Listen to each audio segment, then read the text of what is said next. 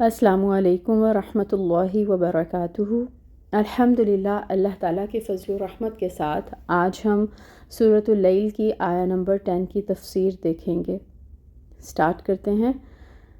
الحمدللہ رب العالمین، الصلاۃ والسلام علی اشرف الانبیاء والمرسلین وعلی آلہ وصحبہ اجمعین، اما بعد فاعوذ باللہ من الشیطان الرجیم، بسم اللہ الرحمن الرحیم۔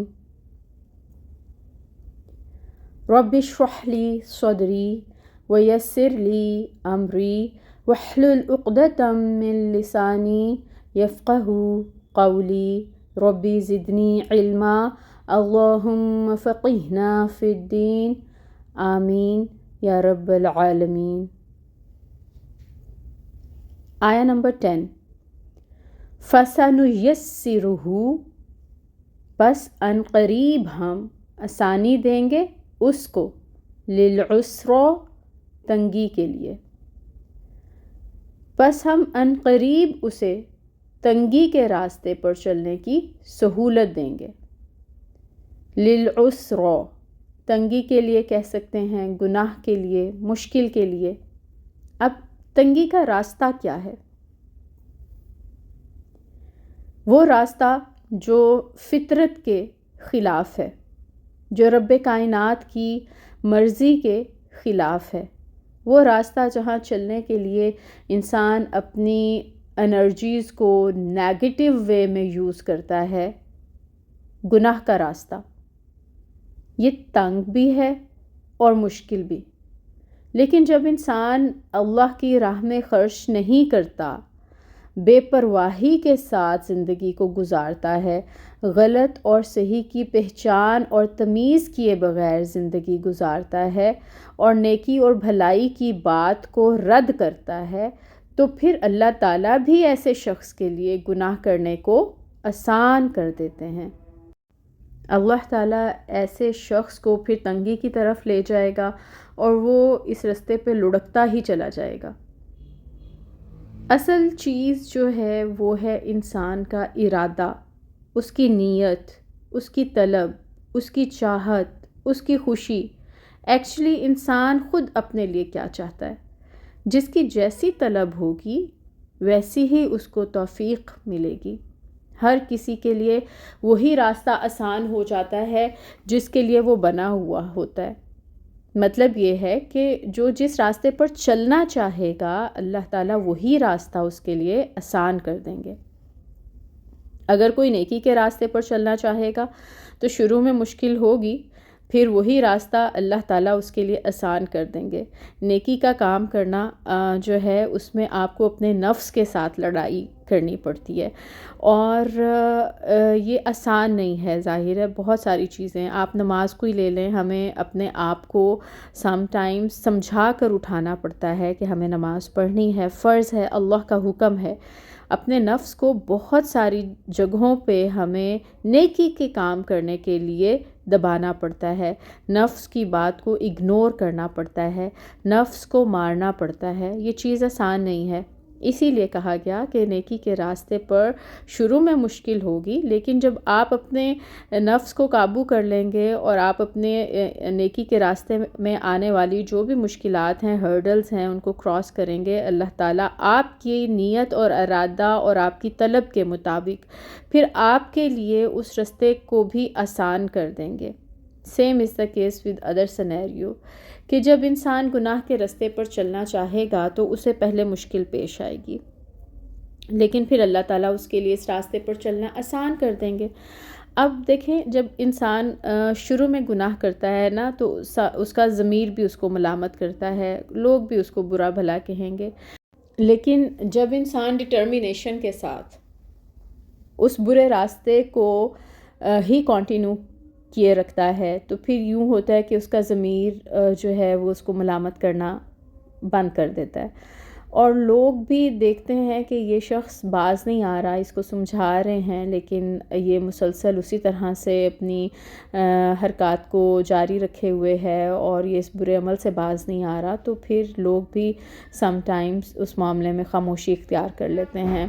اور یہ چیز پھر اس طرح سے سمجھی جا سکتی ہے کہ اللہ تعالیٰ کی طرف سے برائی کے دروازے اس کے لیے پھر کھول دیے جاتے ہیں اور اسی کے اسباب اور وسائل اس کے لیے فراہم کر دیے جاتے ہیں. ٹھیک ہے، ایسے شخص کو پھر برائی نہیں لگتی اور اس کے لیے یہ رستہ بہت سہل ہو جاتا ہے. جبکہ نیکی کا خیال ایسے شخص کو اس طرح سے محسوس ہوتا ہے جیسے اس کی جان پر بن رہی ہے.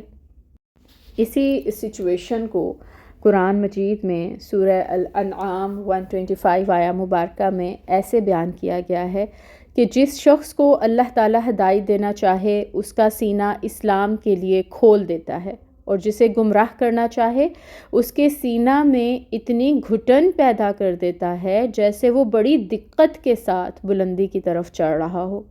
جو لوگ ایمان نہیں لاتے اللہ تعالیٰ اسی طرح ان پر ناپاکی مسلط کر دیتا ہے.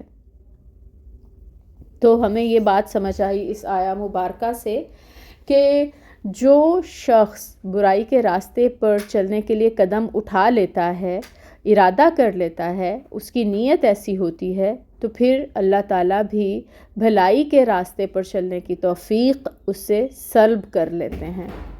سورہ البقرہ آیہ نمبر 45 میں آتا ہے، بے شک نماز ایک سخت مشکل کام ہے مگر فرما برداروں کے لیے نہیں.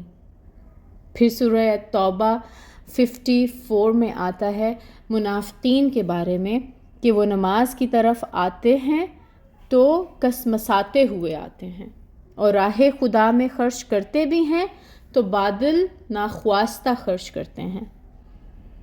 سورہ التوبہ 98 میں آتا ہے، ان دیہاتیوں میں سے کچھ ایسے بھی ہیں جو اللہ کی راہ میں خرچ کریں تو اسے تاوان سمجھتے ہیں. سیدنا علی رضی اللہ تعالیٰ عنہ سے روایت ہے کہ ہم بقیع میں ایک جنازے میں شریک تھے. اتنے میں آپ صلی اللہ علیہ وآلہ وسلم تشریف لائے. آپ صلی اللہ علیہ وآلہ وسلم بیٹھ گئے تو ہم سب آپ صلی اللہ علیہ وآلہ وسلم کے ارد گرد بیٹھ گئے. آپ صلی اللہ علیہ وآلہ وسلم کے ہاتھ میں ایک چھڑی تھی اور آپ صلی اللہ علیہ وآلہ وسلم سر جھکا کر چھڑی سے زمین کورید رہے تھے. پھر فرمایا، تم میں سے جو شخص بھی پیدا ہوا ہے اس کا ٹھکانہ لکھ دیا گیا ہے، جنت میں یا دوزخ میں، اور یہ بھی لکھا جا چکا ہے کہ وہ نیک بخت ہے یا بد بخت. اس پر ایک شخص بولا، یا رسول اللہ، پھر ہم اپنی قسمت کے لکھے پر بھروسہ کرتے ہوئے عمل کرنا چھوڑ نہ دیں، کیونکہ جو نیک بختوں میں لکھا گیا وہ بالآخر نیک بختوں میں شامل ہوگا اور جو بد بخت لکھا گیا وہ بالآخر بد بختوں میں شامل ہوگا. آپ صلی اللہ علیہ وآلہ وسلم نے فرمایا، نہیں، بلکہ عمل کیے جاؤ، کیونکہ جو نیک بخت لکھے گئے ہیں انہیں نیک اعمال کی توفیق دی جاتی ہے اور جو بد بخت لکھے گئے ہیں انہیں ویسی ہی توفیق دی جاتی ہے. پھر آپ صلی اللہ علیہ وآلہ وسلم نے یہ آیات پڑھیں، تلاوت فرمائی ان کی. اب ان آیات میں سبق کیا ہے ہمارے لیے؟ ہمارے لیے لیسن یہ ہے کہ کوئی بھی کام جب شروع کیا جاتا ہے تو وہ مشکل ہوتا ہے، لیکن جب اس کام کو آپ پریکٹس کرتے رہیں گے تو پھر آسان ہوتا چلا جائے گا. اچھا کام ہو یا برا کام ہو، دونوں میں ایفرٹ لگتی ہے، کوشش لگتی ہے.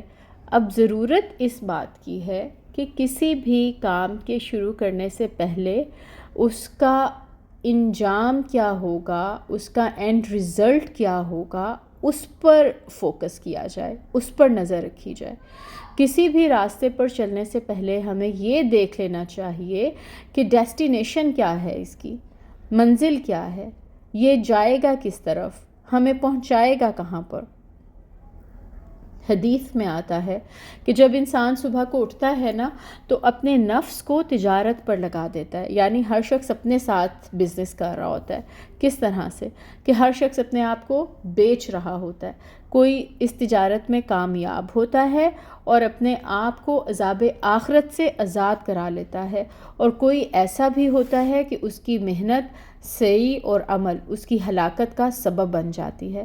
یعنی اب آپ اس بات کو اس طرح سے سمجھیں کہ ہر انسان خود کو مارکیٹ لے کر جاتا ہے، اور کوئی پروفٹ کے ساتھ، نفع کے ساتھ لوٹتا ہے اور کوئی لاس کے ساتھ۔